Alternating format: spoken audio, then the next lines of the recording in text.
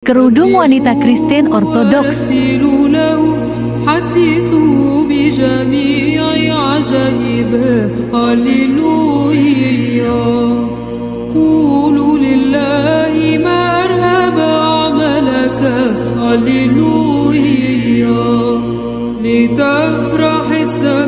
Wanita memakai jilbab bukanlah merupakan hal yang asing bagi kita di Indonesia. Sering penggunaan kerudung atau jilbab ini diasosiasikan dengan salah satu agama tertentu di Indonesia. Namun banyak orang yang tidak tahu bahwa penggunaan kerudung juga adalah praktek iman Kristen mula-mula, yang tetap dipraktekkan dalam gereja Ortodoks. Pemakaian kerudung terutama dalam ibadah merupakan bagian dari kitab suci Kristen itu sendiri. Kerudung adalah penutup kepala yang digunakan oleh para wanita Ortodoks pada saat mereka beribadah, dan bahkan sering pula dikenakan di luar ibadah. Mengenai cara wanita salehah berpakaian dijelaskan oleh kitab suci demikian juga hendaknya perempuan. Hendaklah ia berdandan dengan pantas, dengan sopan dan sederhana, rambutnya jangan berkepang-kepang, jangan memakai emas atau mutiara ataupun pakaian yang mahal-mahal, tetapi hendaklah ia berdandan dengan perbuatan baik, seperti yang layak bagi perempuan yang beribadah. Seharusnyalah perempuan itu berdiam diri dan menerima ajaran dengan patuh. Aku tidak mengizinkan perempuan mengajar dan juga tidak mengizinkannya memerintah laki-laki, hendaklah ia berdiam diri. 1 Timotius pasal 2 ayat 9-12. Demikian juga dikatakan lagi, demikian juga kamu, hai istri-istri, tunduklah kepada suamimu.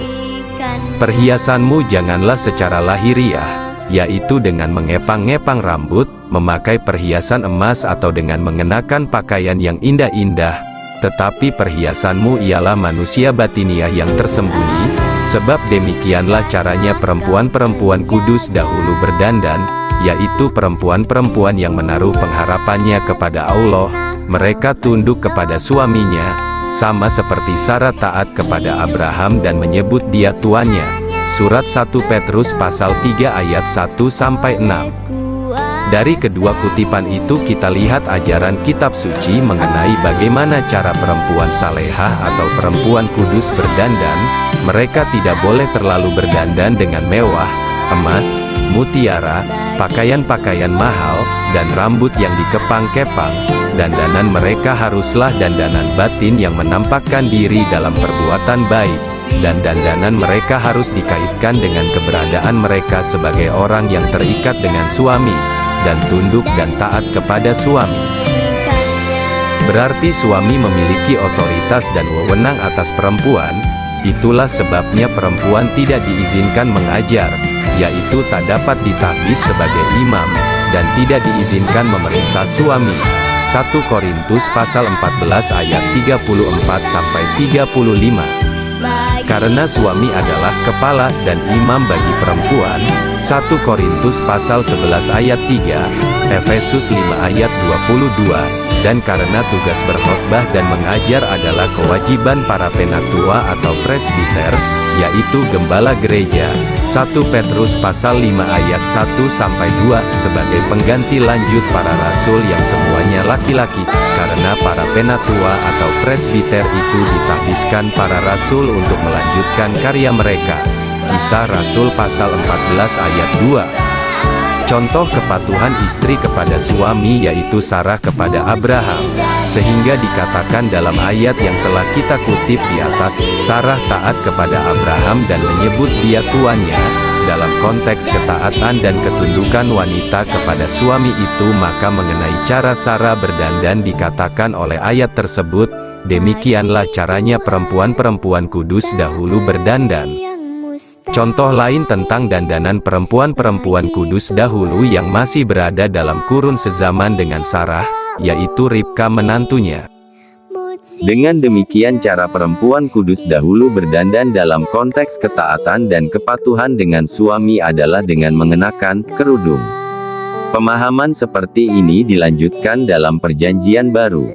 Dalam 1 Timotius pasal 2 ayat 10, dandanan wanita Kristen yang meneladani perempuan-perempuan kudus dahulu disebut sebagai dandanan yang layak bagi perempuan yang beribadah. Dengan demikian cara berpakaian bagi perempuan juga ditentukan penggunaannya dalam kaitannya sebagai manusia beribadah. Itulah sebabnya beribadah pun sebaliknya memiliki caranya sendiri bagi perempuan dalam berdandan.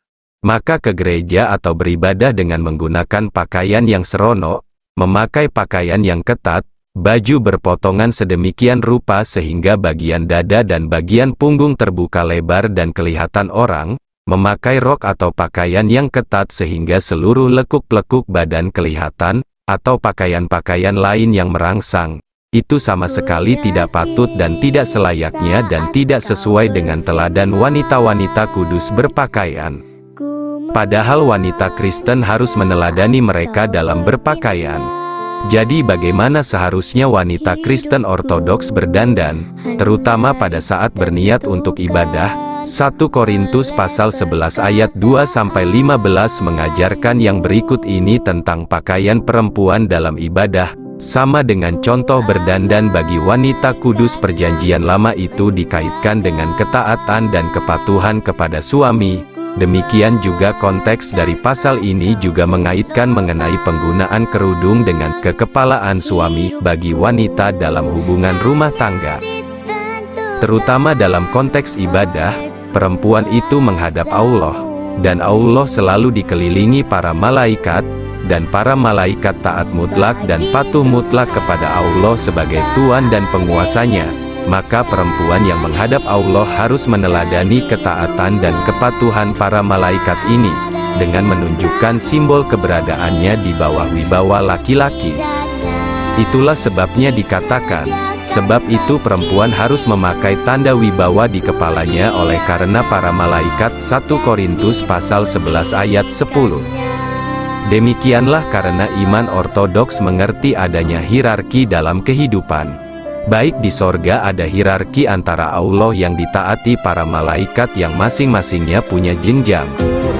Dalam masyarakat juga ada jenjang antara penguasa dan rakyat, dalam gereja antara kaum rohaniwan, episkop, presbiter, diakon, dan umat, dan dalam rumah tangga antara suami dan istri dengan suami sebagai kepala.